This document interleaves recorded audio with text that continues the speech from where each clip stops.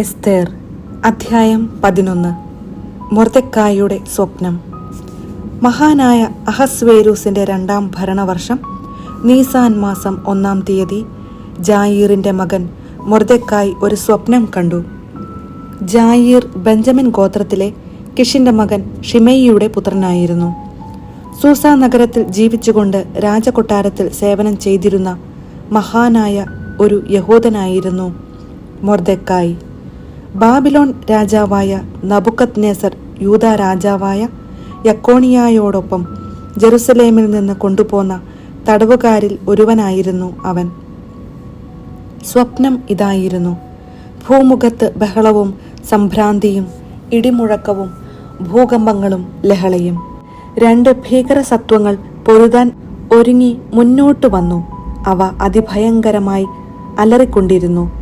അവയുടെ അലർച്ച കേട്ട് സകല ജനതകളും നീതിമാന്മാരുടെ ജനതയ്ക്ക് എതിരെ യുദ്ധത്തിനൊരുങ്ങി.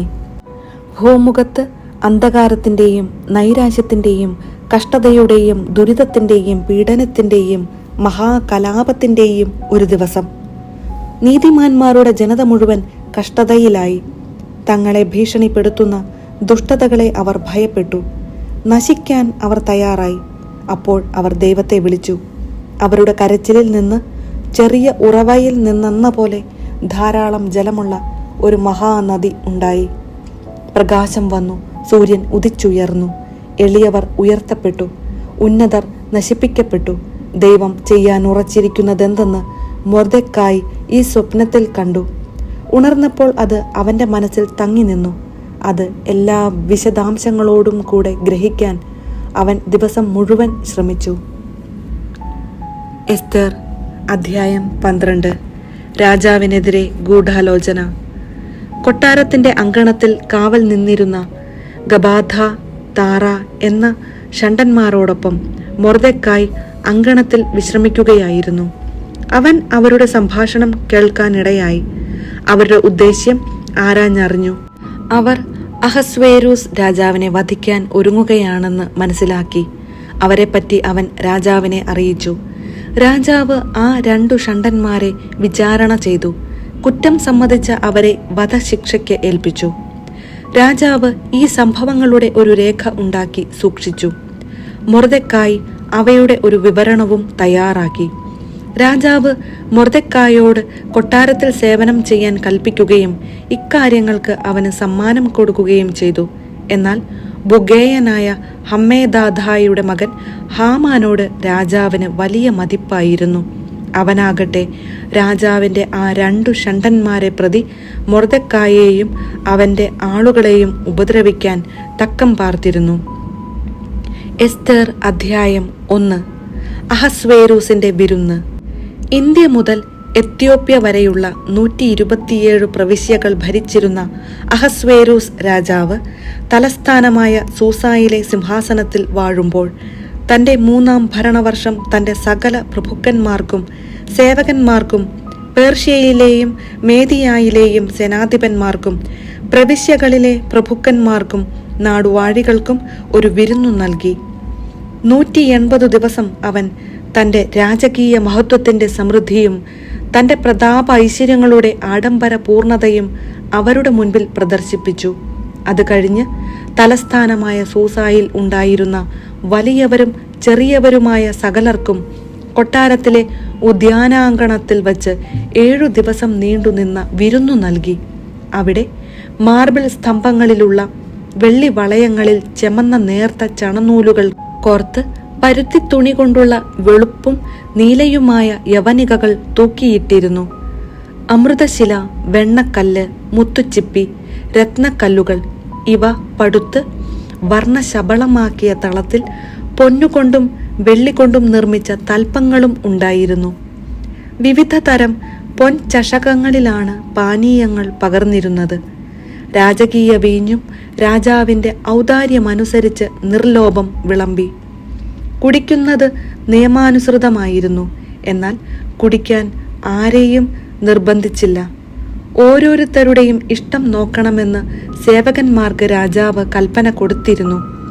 അഹസ്വേരൂസ് രാജാവിന്റെ കൊട്ടാരത്തിലെ സ്ത്രീകൾക്ക് വാഷ്തി രാജ്ഞിയും ഒരു വിരുന്നു നൽകി. ഏഴാം ദിവസം രാജാവിന്റെ ഹൃദയം വീഞ്ഞു കുടിച്ച് സന്തുഷ്ടമായപ്പോൾ വാഷ്തി രാജ്ഞിയുടെ സൗന്ദര്യം ജനങ്ങൾക്കും പ്രഭുക്കന്മാർക്കും കാണിച്ചു കൊടുക്കാൻ വേണ്ടി അവളെ രാജകീയ കിരീടം ധരിപ്പിച്ച് രാജസന്നിധിയിൽ ആനയിക്കാൻ അഹസ്വേരൂസ് രാജാവ് കൊട്ടാരത്തിലെ സേവകന്മാരായ മെഹുമാൻ, ബിസ്ത, ഹർബോണ, ബിക്ത, അബാഗ്ത, സേത്താർ, കാർക്കാസ് എന്നീ 7 ഷണ്ഡന്മാരോട് കൽപ്പിച്ചു. രാജ്ഞി കാഴ്ചയ്ക്ക് വളരെ അഴകുള്ളവളായിരുന്നു. ഷണ്ഡന്മാർ അറിയിച്ച രാജകൽപ്പന അനുസരിച്ച് വരുന്നതിന് വാഷ്തി രാജ്ഞി വിസമ്മതിച്ചു. തന്മൂലം രാജാവ് കോപിച്ചു. കോപം ഉള്ളിൽ ആളിക്കത്തി. നിയമത്തിലും ന്യായത്തിലും പാണ്ഡിത്യമുള്ളവരോട് ആലോചന ചോദിക്കുക രാജാവിന് പതിവായിരുന്നു. തന്റെ മുഖഭാവം ശ്രദ്ധിച്ചുകൊണ്ടിരുന്ന പേർഷ്യയിലെയും മേദിയായിലെയും പ്രഭുക്കന്മാരായ കർഷേന, ഷെത്താർ, അത്മാദ, താർഷീഷ്, മേരസ്, മർസേന, മെമുക്കാൻ എന്നീ ജ്ഞാനികളും പ്രമുഖന്മാരുമായ 7 പേരോട് രാജാവ് ആരാഞ്ഞു. നിയമമനുസരിച്ച് വാഷ്തി രാജ്ഞിയോട് എന്താണ് ചെയ്യേണ്ടത്? അഹസ്വേരൂസ് രാജാവ് ഷണ്ഡന്മാർ മുഖേന അറിയിച്ച കൽപ്പന അവൾ അനുസരിച്ചില്ല. അപ്പോൾ മെമുക്കാൻ രാജാവിനോടും പ്രഭുക്കന്മാരോടുമായി പറഞ്ഞു. രാജാവിനോട് മാത്രമല്ല, പ്രഭുക്കന്മാരോടും അഹസ്വേരൂസ് രാജാവിന്റെ എല്ലാ പ്രവിശ്യകളിലും നിന്നുള്ള സകല ജനങ്ങളോടുമാണ് വാഷ്തി രാജ്ഞി തെറ്റു ചെയ്തിരിക്കുന്നത്. രാജ്ഞിയുടെ ഈ പ്രവൃത്തി എല്ലാ സ്ത്രീകളും അറിയുകയും ഭർത്താക്കന്മാരെ അവർ അവജ്ഞയോടെ വീക്ഷിക്കുന്നതിന് ഇടയാകുകയും ചെയ്യും.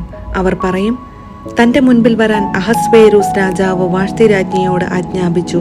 അവൾ ചെന്നില്ല. രാജ്ഞിയുടെ പെരുമാറ്റത്തെപ്പറ്റി കേട്ട പേർഷ്യയിലെയും മേദിയായിലെയും വനിതകൾ അതിനെപ്പറ്റി ഇന്നു തന്നെ രാജാവിന്റെ സകല പ്രഭുക്കന്മാരോടും പറയും. അങ്ങനെ എങ്ങും വലിയ അവജ്ഞയും അമർഷവും ഉണ്ടാകും. രാജാവിനു ഹിതമെങ്കിൽ വാഷ്തി ഇനി ഒരിക്കലും അഹസ്വേരൂസ് രാജാവിന്റെ മുൻപിൽ വരരുതെന്ന് ഒരു രാജശാസനം പുറപ്പെടുവിച്ച് അതിനു മാറ്റം വരാതിരിക്കത്തക്ക വിധം അത് പേർഷ്യക്കാരുടെയും മേദിയക്കാരുടെയും നിയമങ്ങളിൽ എഴുതട്ടെ. രാജ്ഞി പദം അവളേക്കാൾ ശ്രേഷ്ഠയായ ഒരുവൾക്ക് രാജാവ് നൽകുകയും ചെയ്യട്ടെ. അപ്രകാരം രാജകൽപ്പന വിസ്തൃതമായ രാജ്യത്തെങ്ങും വിളംബരം ചെയ്യുമ്പോൾ സകല സ്ത്രീകളും വലിയവരും ചെറിയവരും തങ്ങളുടെ ഭർത്താക്കന്മാരെ ബഹുമാനിക്കും.